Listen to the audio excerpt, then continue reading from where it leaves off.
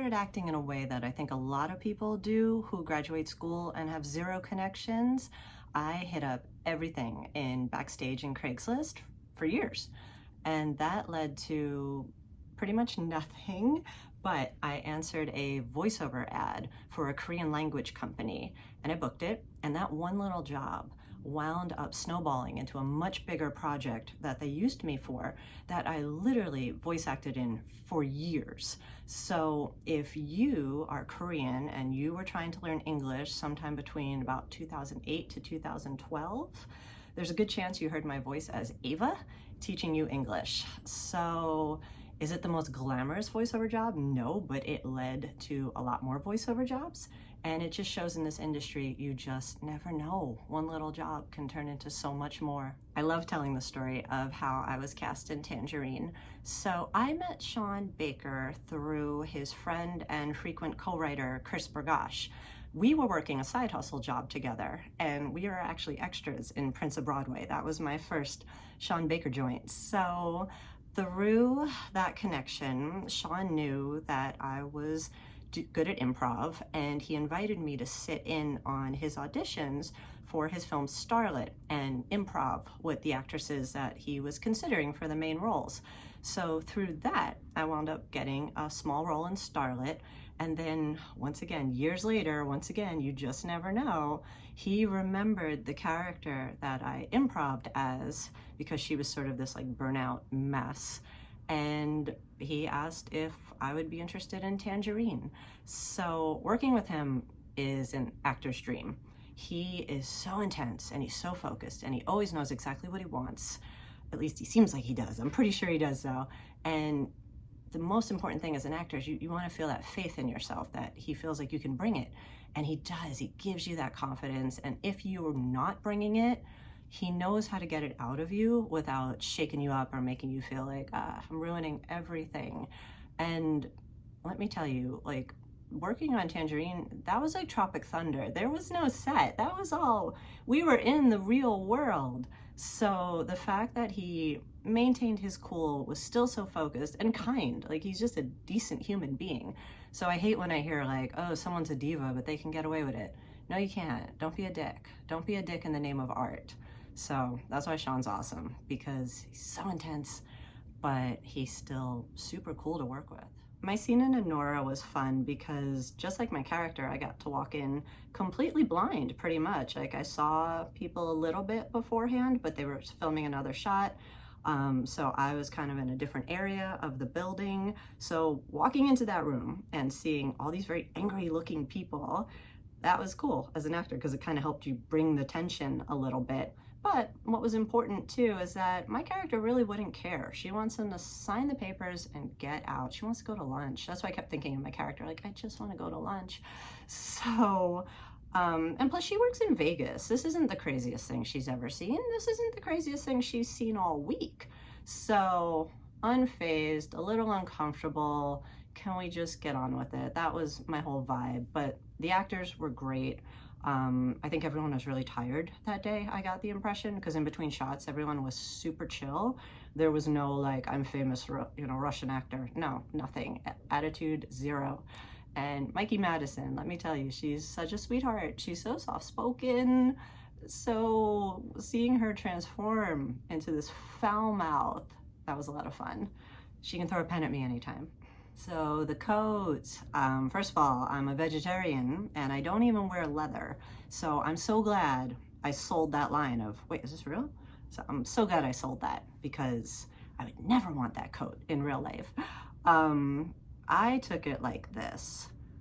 If you work with the public, which I have done, you need to reward yourself in any way that you can. It's a lot. So they say keep the coat. Technically that's against the rules. No, I'm keeping the coat. Listen, you gotta do what you gotta do. You wanna steal from the vending machine? I'm not gonna tell anybody. Just get me all the peanut butter cups, like working with the public's hard.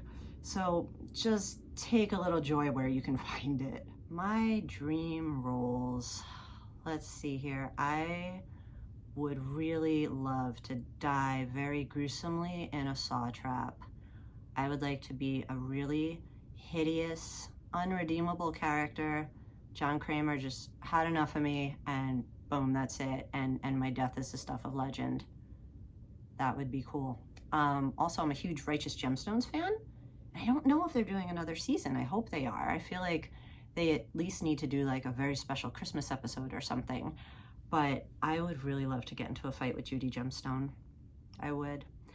I want it to be like the They Live fight, but it's me and Judy throwing down. So I gotta try to manifest that, because that would be awesome. Working on Homeland was surreal because it's nerve-wracking. I was trying to do that trick that they tell you, don't say you're nervous, say you're excited. No, mofo, I'm nervous. I'm so nervous.